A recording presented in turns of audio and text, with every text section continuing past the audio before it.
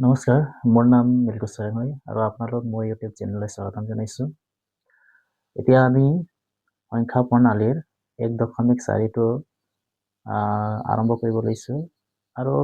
এই যিটো সংখ্যা প্ৰণালী 1.1 আৰু 1.2, 1.3 এইখিনি অনুশীলনী ভিডিঅ'বিলাক আগতে আমি প্ৰস্তুত কৰিলোঁ। আৰু কেনেবা যদি আপোনালোকে চোৱা নাই তেনেহ'লে আগতে 1.1, 1.2 আৰু 1.3 এই ভিডিঅ'খিনি চাই ল'ব। তাৰপিছতে আপোনালোকে এই 1.4 ভিডিঅ'লৈ আহিব, যাতে মানে এটাৰ লগত আনটো সম্পৰ্ক থাকে। আৰু যদি আপোনালোকে ডাইৰেক্টলি এইটো চাব বিচাৰে তেনেহ'লে পাৰিব, কিন্তু অলপ বুজি পোৱাত অলপ অসুবিধা হ'ব। তেনেহ'লে আপোনালোকে মোৰ ভিডিঅ'খিনি যদি আপোনালোকে চাই পিনে ভাল লাগিছে তেনেহ'লে আপোনালোকে নিজৰ বন্ধু বান্ধৱীৰ লগতো শ্বেয়াৰ কৰিব, যাতে সিহঁতো এই ভিডিঅ'বিলাক চাই পিনে শিক্ষাৰ ক্ষেত্ৰত উপকৃত হ'ব। আৰু লগতে আপোনালোকে যদি ভাল লাগিছে তেনেহ'লে ভিডিঅ'টো শ্বেয়াৰ, কমেণ্ট আৰু ছাবস্ক্ৰাইব কৰি নাপাহৰিব। তেনেহ'লে বলক আমি অনুশীলনী 1.4টো কৰিব লৈছোঁ। আৰু 1 নম্বৰ 4টোত কুৱেশ্যন দিয়া হৈছে। 1 নম্বৰত আছে ক্ৰমাগত পৰিবৰ্ধনৰ সহায়ত 3.765 সংখ্যাটো সংখ্যা ৰেখাত প্ৰদৰ্শন কৰা। ক্ৰমাগত পৰিবৰ্ধনৰ সহায়ত মানে যেতিয়া আমি নেকি জ্যামিতি বক্স কিনো, এই জ্যামিতি বক্সৰ ভিতৰত আমি এখন সৰুকে এখন আতচি কাঁচ বা আতচি গ্লাছ নামৰ এটা যন্ত্ৰ পাইছিলোঁ। এই যন্ত্ৰটো ইয়াত উল্লেখ কৰিছে, যন্ত্ৰৰ সহায়ত যদি আমি এনেকৈ চাওঁ তেনে সংখ্যাবিলাক আমি ডাঙৰ ডাঙৰ দেখা পাওঁ দেই। তাৰপিছত ইয়াত কৈছে কুৱেশ্যনত যে 3.765ত যদি আমি এই ক্লাছটোত চাওঁ তেনেহ'লে কি কি সংখ্যাবিলাক উপস্থাপন কৰিব পাৰি। তেনেহ'লে ব্লক আমি পলম নকৰাকৈ 1 নম্বৰ কুৱেশ্যনটো সমাধান কৰিম। 3.765 দিয়া হৈছে 1 নম্বৰ 3.765 এই সংখ্যাৰ ভিতৰত কিমানটো সংখ্যা পোৱা যাব, এই কথাখিনি ইয়াত সুধিছে। তেনেহ'লে আমি পোনপ্ৰথমে এডাল ৰেখা আঁকি ল'ম আৰু এই ৰেখাটোক আমি সৰু সৰুকৈ সমানভাৱে 10টা ভাগ কৰিম। 1, 2, 3, 4, 5, 6, 7, 8, 9, 10 ইয়াৰ এটা বেছিকৈ লৈছোঁ। ইয়াত দাগ নম্বৰ 1 বুলি দি দিব লাগে, দাগ 1। এতিয়া আমি ইয়াত চাব লাগিব 3.765 এই সংখ্যাটো গৈ গৈ প্ৰথম ক'ত পাব, 4লৈ পাব। সেইকাৰণে আমি ইয়াত 3/4 বুলি লিখি ল'ম। কাৰণ আমি যদি ইয়াত 0, 1, 2, 3, 4, 5, 6, 7, 8, 9 আৰু এনেকৈ আমি যদি 10লৈ ভগাব পাৰি। এতিয়া এইটো যিটো আছে 3 আৰু 4 আমি ইয়াত এইটো গোল কৰি দিম, অলপ চিনাক্ত কৰি দিছোঁ ইয়াত। এতিয়া এইটো চাওক 3 আৰু 4 মাজত যদি আমি এই ক্ৰমবৰ্ধমান যিটো গ্লাছৰ কথা কৈছে, কাঁচৰ এইটো আতচি কাঁচৰ, যদি আমি ইয়াত চাওঁ তেনেহ'লে আমি ক্ষুদ্ৰ ক্ষুদ্ৰ বহুতখিনি সংখ্যা পাম। তেনেহ'লে আমি ইয়াত এডাল ৰেখা আঁকি ল'ম আৰু এই ৰেখাডালটোক সমানে 10টাকৈ ভাগ কৰিম। 1, 2, 3, 4, 5, 6, 7, 8, 9, 10 এটা বেছিকৈ দি দিছোঁ ইয়াত 11টা। ইয়াৰ পিছত এইটো লিখি ল'ম দাগ 2 বুলি। তাৰপিছত এই সংখ্যাটো বহাই দিম আমি 3.7। আমি এই যিটো 3 আৰু 4 মাজত সংখ্যাখিনি যদি চাওঁ আতচি কাঁচৰ সহায়ত তেনেহ'লে আমি কি সংখ্যা পাম। পোনপ্ৰথমে মই লিখি ল'ম ইয়াত 3.0, 3.1, 3.2, 3.3, 3.4, 3.5, 3.6, 3.7, 3.8, 3.9 and এইটো 4 হৈ যাব। এতিয়া আমি এই 3 আৰু 4 মাজত কি কি সংখ্যা দেখিবলৈ পাম এই এনেকা আমি ইয়াক মিলাই দিম আৰু এইফালে 4টো এনেকা আছে মাৰি দিম এতিয়া এইটো 3.7 টো চিনাক্ত কৰিম পৰা 3.7 ইয়াত আছে 3.7 আৰু এই চুবুৰীয়া এটা ঘৰক আমি গোল কৰি দিম 3.8 লৈ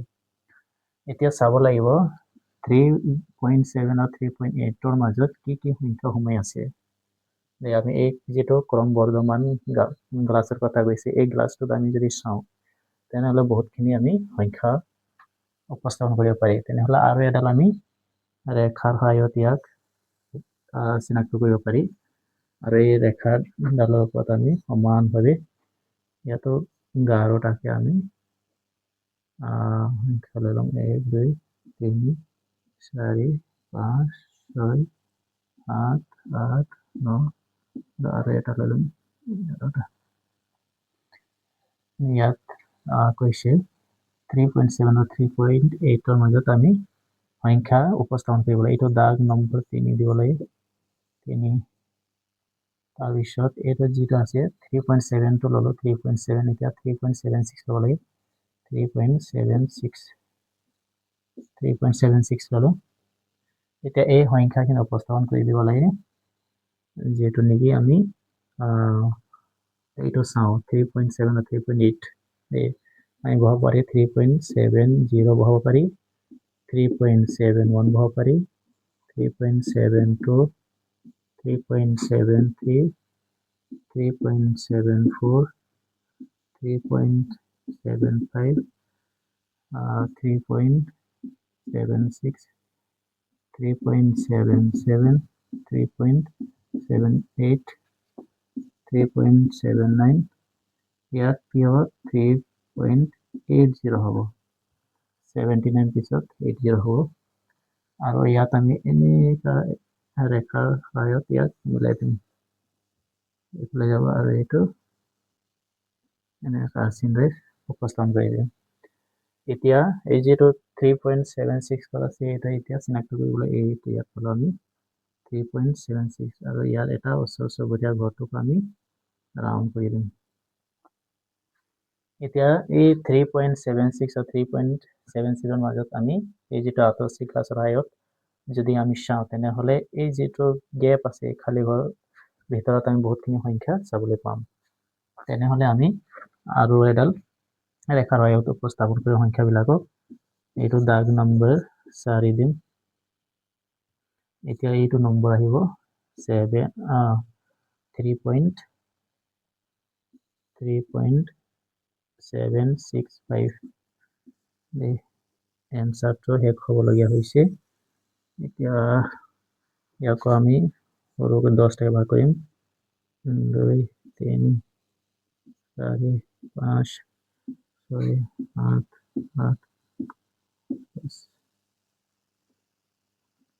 8 এতিয়া এইফালে চাওক 3.76 and 3.77 মাজত এই যেটো খালি ঘৰ আছে এই যেটো আমি গম পাওঁ যে এইটো 3.76 3.77 মাজত এই সংখ্যাখিনি ইয়াত আমি উপস্থাপন কৰি দিম হ'ব 3.760 হ'ব এনেকৈ লিখি দিম মই 3.761 3.762 3.763 3.764 and 3.765 3.76 itu 6 apa 6 3.767 apa 3.768 apa 3.769 itu apa 3.770 এতিয়া আমি এইটো চিনাক্ত কৰি দিম এনেহাত ৰেখা টানি দিম এইটো ইয়াত ৰেখা আহিব তাৰপিছত এইটো ইয়াত আহিব এতিয়া আমি এইখিনি চিনাক্ত কৰিম 3.765 কৰা 3.765 এইটো আমি ইয়াক এনেকা গোল কৰি দিম এইখিনি হৈছে কোৱেশ্চন নম্বৰ অনুশীলনী 1.1 ৰ 1 নম্বৰ কোৱেশ্চন আগবাঢ়িছো কুৱেশ্যন নম্বৰ 2 দিয়া হৈছে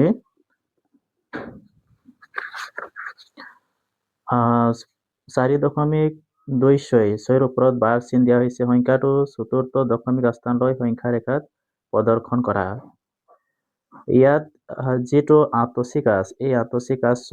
দ্বাৰা আমি এই 4.26 বাৰ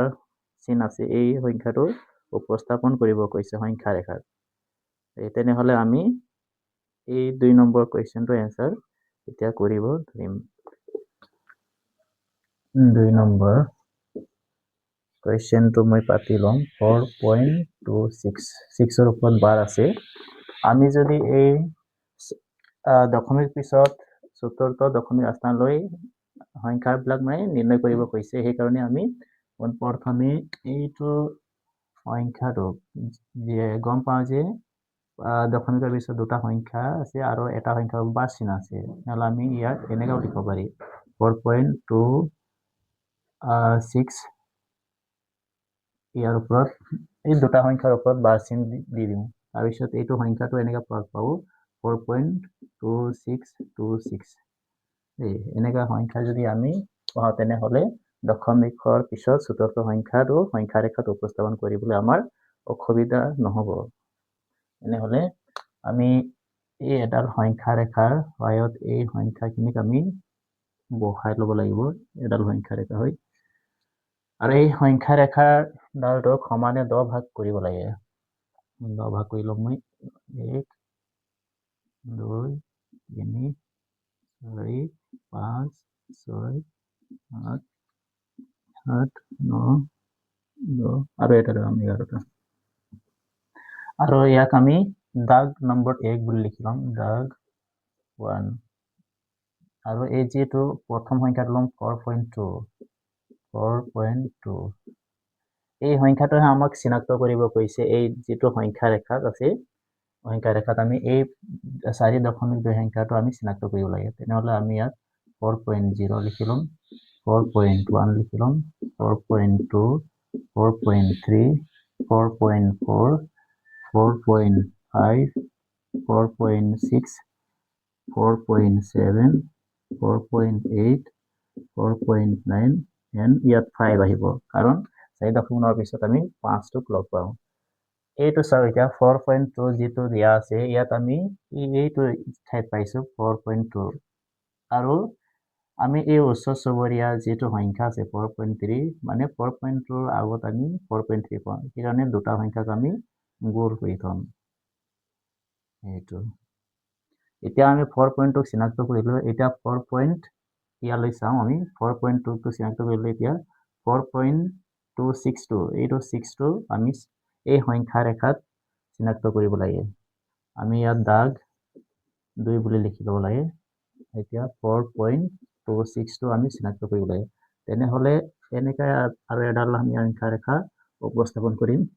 আৰু এই সংখ্যা ৰেখাডালক আমি সমানে 10 ভাগ কৰিম 1 2 3 4 5 6 8 8 9 10 এইখিনি আমি সংখ্যা ৰেখাত ৰেখাডাল আঁকিলো এতিয়া আমি এইটো চাওক 4.26 আমি ইয়াত চাওক 4.2 আৰু এই 6 টো আমি এইটো লৈ আহিলো আৰু ইয়াত আমি এতিয়া চিনাক্ত কৰিম এতিয়া আমি ইয়াক এনেকৈ লিখিব পাৰি 4.82 0 4.21 4.22 4.23 4.24 4.25 4.26 4.27 4.28 4.29 and 4.30 এইটো সব 3 আছে ইয়ানে পিছত 0 এটা লগোৱা দিয়া হ'ল আৰু ইয়াক আমি এনে কাৰ চিনৰে ইয়াত লগাই দিম আৰু ইফালে ইয়াত টানি দিম এইখিনি হ'ল 4.26 চিনাক্ত কৰিলো ইয়াত 4.26 ইয়াত আছে 4.26 এইটো সব 4.26 আৰু আগৰ এটা সংখ্যা আমি লব লাগে 4.27 ইয়াক আমি গোল কৰি থৈ দিম 4.26 এতিয়া দাগ নম্বৰ 3 দাগ নম্বৰ তিনি এতিয়া এইটো হৈ গ'ল 4.26 হৈ গ'ল এতিয়া 4.262 চিনাক্ত কৰিব লাগে 4.262 এইখিনি চিনাক্ত কৰিব লাগে তেনেহ'লে আমি আৰু এডাল সংখ্যা ৰেখা ল'ব লাগিব ইয়াকো আমি সমানে দভাগ কৰিম 1 2 3 4 5 6 7 8 9 এইখিনি আমি ৰেখা ল'লো আৰু এইটো 4.262 এতিয়া ইয়াত আমি চিনাক্ত কৰিব লাগে তেনেহ'লে আমি ইয়াক এনেকৈ লিখিব পাৰি 4.260 লিখিব পাৰি 4.261 লিখিব পাৰি 4.262 লিখিব পাৰি 4.263 লিখিব পাৰি 4.264 লিখিব পাৰি আৰু 4.265 লিখিব পাৰি 4.266 লিখিব পাৰি 4.267 লিখিব পাৰি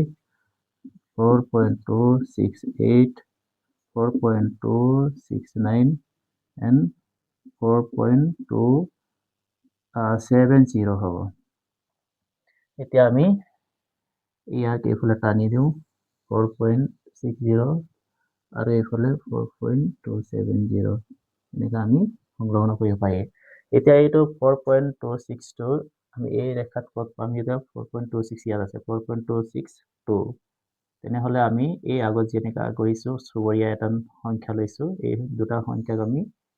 গোল কৰি দিম এতিয়া এই দশমিকৰ পিছত তিনিটা সংখ্যা ল'লো এতিয়া এই চাৰিটা সংখ্যা যিটো নম্বৰ আছে 6 2 6 2 6 এইখিনি আমি এইটো অন্তিম ৰেখাৰ সহায়ত উপস্থাপন কৰিলে 2 নম্বৰ কুৱেশ্যনটো এনসাৰ সমাপ্ত হ'ব এতিয়া দাগ নম্বৰ 4 4.2626 এতিয়া আৰু এডাল ৰেখা উপস্থাপন কৰিব লাগিব এইডাল ইয়াকো সমানে 10 ভাগ কৰিম 1 2 3 4 5 6 7 8 9 এইখিনি আমি ৰেখা উপস্থাপন কৰিলোঁ আৰু এই ৰেখাডালত আমি সংখ্যাখিনি বহাই ল'ম 4.26 আছে ইয়াত 0 এটা লগাই ল'ম 4.2620 4.2621 4.2622 4.2623 4.2624 4.2625 4.2626 4.2627 4.2628 ইয়াত বহাই দিম 4.2629 ইয়াত হ'ব 4.2630 হ'ব কাৰণ এইটো 3 আছে 3 পিছত এটা 0 বহাই দিয়া হ'ল এতিয়া আমি এনেকা ৰেখা এডাল আঁকি দিওঁ এইফালে আৰু এডাল ৰেখা আঁকি দিম এনেকা আৰু ইয়াক এতিয়া চিনাক্ত কৰিব 4.2626 কৰা আছে 4.2626 এইটো পালো 4.2626 এনেকা আমি ইয়াক গোল কৰিব পাৰি এইখিনি হৈছে কুৱেশ্যন নম্বৰ 2 প্ৰশ্নৰ উত্তৰ